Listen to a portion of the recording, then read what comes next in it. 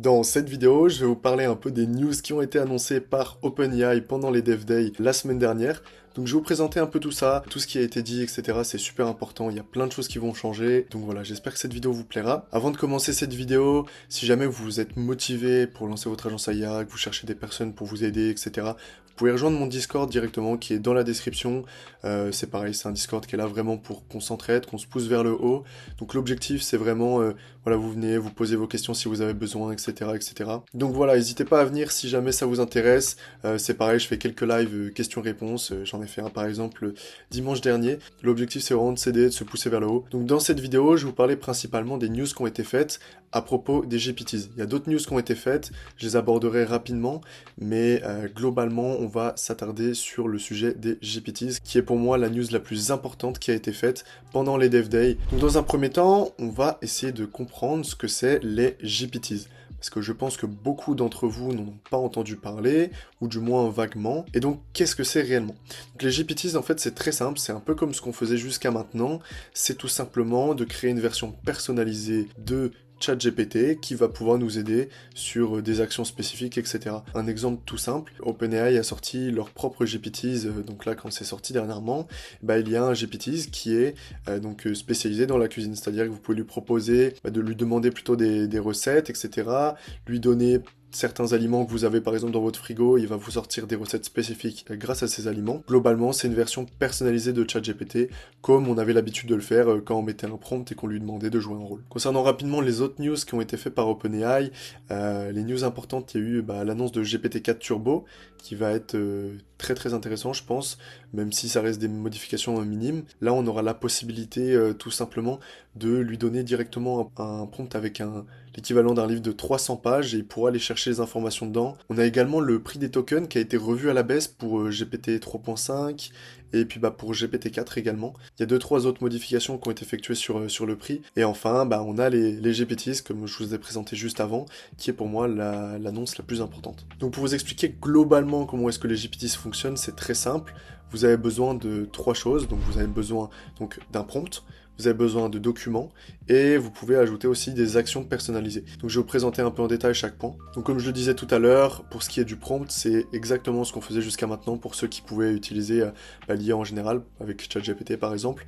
On va tout simplement donner un prompt, demander au chatbot de jouer un rôle, et ça va être fait directement. Donc si on lui demande de jouer un rôle, par exemple, il est cuisinier, si on reprend l'exemple de tout à l'heure, et bien là il joue un rôle où il pourra nous donner des recettes, etc. Pour ce qui est de la partie base de données, c'est exactement ce qu'on faisait avec Flowise. Donc on va avoir tout simplement la possibilité d'ajouter tout un tas de documents, donc des documents PDF, des documents TXT. Donc ça c'est super intéressant, on va pouvoir tout simplement créer nos bases de données directement depuis l'interface, donc pour créer nos GPTs. Ce qui est également super intéressant, c'est que toutes les fonctionnalités pour lesquelles on utilisait Flowise, c'est-à-dire les bases de données vectorielles, on utilisait la méthode RAG pour certaines personnes qui étaient un peu plus avancées, et bien tout ça c'est regroupé directement dans l'interface pour créer vos GPTs. Et ça c'est vraiment intéressant parce que c'est un gain de temps monumental.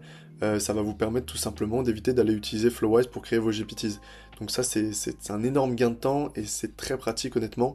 Après globalement il n'y a pas d'amélioration, c'est-à-dire que au niveau de la technologie des bases de données qu'on avait actuellement, ça change pas grand chose. Mais globalement ce qui est intéressant c'est que ça vous évite de passer par 50 applications. Avant nous on allait utiliser Pinecone pour stocker les vectors, on allait utiliser Flowise pour construire le flow, on allait utiliser Railwhale pour héberger Flowise. Au lieu d'utiliser tous ces outils là, on aura juste à utiliser l'interface d'OpenAI pour créer nos GPTs et on aura tout au même endroit. Et enfin, on a tout ce qui va être autour des actions personnalisées. Donc pour ça, je suis encore en train de me renseigner un peu dessus, c'est assez complexe. Mais globalement, en fait, on va pouvoir intégrer tout ce qu'on a besoin. Donc on aura accès déjà aux fonctionnalités de base donc de GPT-4, qui sont le web browsing, le code interpréteur, DALL-E, on pourra faire générer des photos directement à notre GPTs. Et on pourra également ajouter des actions spécifiques, c'est-à-dire qu'on va avoir la possibilité tout simplement de connecter Make ou Zapier pour créer des automatisations. Donc ça c'est super intéressant, on a accès directement à l'API en fait de notre GPTs, et donc ça c'est très très pratique. Donc j'ai vu plusieurs fois passer, que ce soit sur mon Discord ou sur les réseaux, la question suivante, donc est-ce que VoiceFlow, ManyChat, Flowise, tout ça, est-ce que c'est la fin de ces outils-là? Globalement, c'est pas la fin pour moi de ces outils-là, car ce sont des outils très spécifiques qui permettent de faire des choses qu'on ne peut pas forcément faire avec l'interface pour créer nos GPTs. Donc pour le moment, je pense que ça va être quelque chose de très intéressant. Après, à voir comment OpenAI développe leur interface de création, si jamais ils rajoutent la possibilité de créer des flows, etc., comme sur VoiceFlow ou sur BotPress par exemple. C'est vrai que là, ça risque de devenir plus intéressant de passer uniquement par l'interface d'OpenAI. Mais pour le moment, VoiceFlow, ce sont des outils complètement différents qui permettent certes de faire des choses à peu près similaires, mais qui restent super importants à savoir maîtriser. Donc c'est-à-dire que je pense que vous allez juste devoir apprendre à maîtriser la création de GPTs et la création de flow via VoiceFlow. Donc globalement, pour moi, c'est pas du tout la fin de VoiceFlow et des plateformes similaires. Honnêtement, c'est que le début.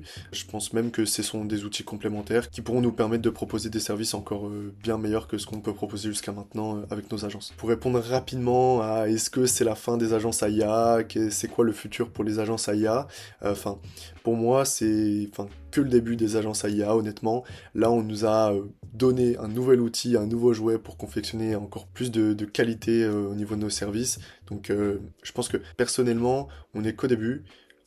Là, ça a ouvert plein d'opportunités. Je vais vous présenter deux, trois trucs que j'ai remarqués et qui, je pense, vont permettre de faire évoluer très rapidement nos agences pour ceux qui seront rapides et qui sauront s'adapter très rapidement parce que là, ça va être une course, littéralement. Ce sont les plus rapides qui vont être servis en premier. Donc, va falloir se dépêcher, savoir être performant et puis scaler rapidement vos agences. Donc, globalement, pour les nouveaux services que vous pourrez potentiellement proposer avec vos agences sur tout ce qui va être GPTs, il y a le consulting. Donc, le fait d'aller conseiller les entreprises sur la création de tel ou tel GPTs pour améliorer leur productivité. Bref, ça reste du consulting, mais du coup orienté et spécialisé sur les GPTs. Ça peut être quelque chose d'intéressant à proposer. Il y a ensuite la possibilité de créer des GPTs et de les vendre directement sur la plateforme d'OpenAI. Donc ça a été aussi annoncé pendant les Dev Day par OpenAI. C'est-à-dire qu'ils vont mettre en place une marketplace où vous pourrez tout simplement créer vos GPTs et les vendre derrière, et vous pourrez être rémunéré en fonction du nombre d'utilisations, il me semble. Donc ça peut être quelque chose d'intéressant. Après, le problème, c'est que aujourd'hui, tous les GPTs assez classiques, ça va être revu et très saturé rapidement. Donc si vous n'arrivez pas à créer des GPTs avec des idées qui sont vraiment originales, qui permettent vraiment de régler une vraie problématique, qui sont pas simples à faire, avec plusieurs barrières à l'entrée en fait tout simplement. Là je pense qu'il y a quelque chose à faire, mais globalement je pense que si vous essayez de faire un GPTs pour du copywriting, ça va pas marcher. J'en profite parce que j'ai regardé la vidéo de Liam Motley que je vous invite d'ailleurs à aller voir, qui était très pertinente. Il a fait en fait une comparaison avec OpenAI et Amazon.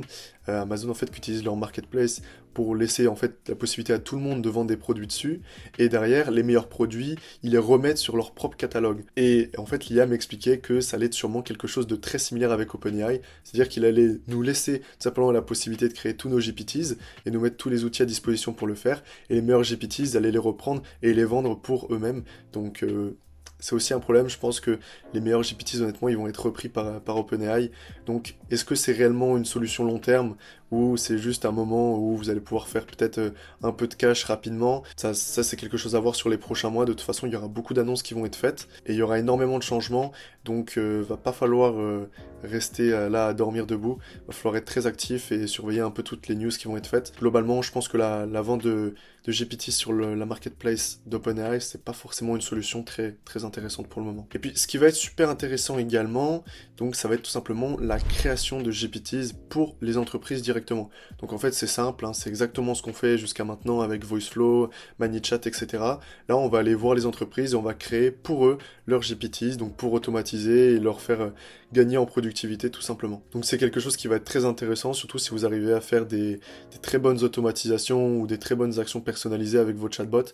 Ça peut faire gagner énormément de temps aux entreprises, et ça je pense que c'est quelque chose que les entreprises vont être prêtes à payer très très cher. Donc il va falloir rester informé un peu sur toutes les futures news qui vont être faites. J'en profite pour vous dire de vous abonner, parce que si vous voulez suivre un peu tout ça, moi je vais en parler très souvent sur ma chaîne YouTube. Donc n'hésitez pas à vous abonner et puis à liker cette vidéo si celle-ci vous plaît. Et puis en parallèle de ça, si jamais vous voulez rejoindre une communauté pour vous pousser vers le haut, pour rester informé, etc. de toutes les news qui vont être faites, n'hésitez pas à rejoindre mon Discord, je ferai sûrement des annonces, etc. sur les informations importantes à pas louper. Et puis n'hésitez pas à rejoindre ma newsletter qui est également en description. Je fais environ 1 ou 2 mails par semaine pour vous tenir informé des nouveautés, que ce soit sur l'IA ou globalement sur mon agence, l'avancement un peu où j'en suis. Donc je vous tiendrai au courant de tout ça prochainement, donc n'hésitez pas à me suivre un peu sur toutes les plateformes. J'en profite pour vous partager également une autre comparaison qui a été faite par Liam dans sa vidéo sur sa réaction au niveau des GPTs, c'est qu'il a comparé en fait la plateforme donc Meta Business qui permet de gérer les ads, etc. Et bien quand c'est sorti, ça avait été annoncé comme une plateforme super simple, alors qu'en réalité, enfin ça demandait des vraies compétences. Et aujourd'hui, on en est encore conscient, les entreprises, elles ne le font pas eux-mêmes. Elles font pas leurs ads eux-mêmes. Souvent, elles vont passer par des experts, des agences ou des freelances. Et Liam m'expliquait qu'il pensait que ça allait être exactement pareil avec la plateforme de création de GPTs d'OpenAI. C'est-à-dire que tout le monde allait pouvoir en soi accéder à cette plateforme. Sauf que pour créer des GPTs qui allaient être réellement performants, on allait devoir avoir des compétences en prompting. On allait avoir besoin d'avoir des compétences également en dev, etc. Et donc c'est pour ça que même si jamais tout le monde est au courant qu'on peut créer nos propres GPTs très facilement, la plupart des personnes continueront à en passer par des agences, des freelances, etc., des agences comme nous, en fait, tout simplement, pour créer leurs GPTs, parce qu'on est expert dans le domaine, et que bah, ces personnes-là n'ont pas forcément le temps de se former sur le prompting, sur le dev, etc., pour créer des GPTs réellement performants. Donc je pense que, pour revenir globalement sur le futur des GPTs, etc., c'est un très bon marché qui va être à attaquer très fortement, donc sur les prochains mois, et même globalement sur l'année 2024. Donc voilà, globalement, pour mon avis sur les agences IA et le futur. Je pense qu'on est encore qu'au début des agences IA et globalement de l'IA, c'est-à-dire qu'on va avoir des fonctionnalités de fou qui vont sortir, je pense, sur les prochains mois, même les prochaines années. Ça va aller très très vite et donc il va falloir s'adapter très rapidement, mais c'est tout sauf la fin des agences IA. Je pense que c'est même que le début, donc restez à l'affût parce que ça va vraiment bouger très très rapidement. La vidéo touche à sa fin, j'espère qu'en tout cas elle vous aura plu. N'hésitez pas toujours à rejoindre le Discord si vous voulez profiter d'un groupe qui peut vous aider, etc. quand vous avez des problématiques, ou même juste échanger sur le business en général. Vous allez pouvoir trouver plusieurs centaines de membres, là on est bientôt 400, donc ça commence à faire pas mal. Donc si vous avez des questions, etc., besoin d'aide, n'hésitez pas à venir dessus. Pareil, n'hésitez pas à vous abonner et à liker encore une fois. Ça me fait extrêmement plaisir et ça m'incite à continuer à faire des vidéos comme celle-ci. D'ailleurs, j'en profite pour vous dire que je vais sûrement sortir une vidéo sur la création des GPTs cette semaine, donc je vous ferai un tutoriel complet sur comment est-ce que vous devez faire. Donc voilà, j'espère que cette vidéo vous a plu, et moi je vous dis à la prochaine, ciao.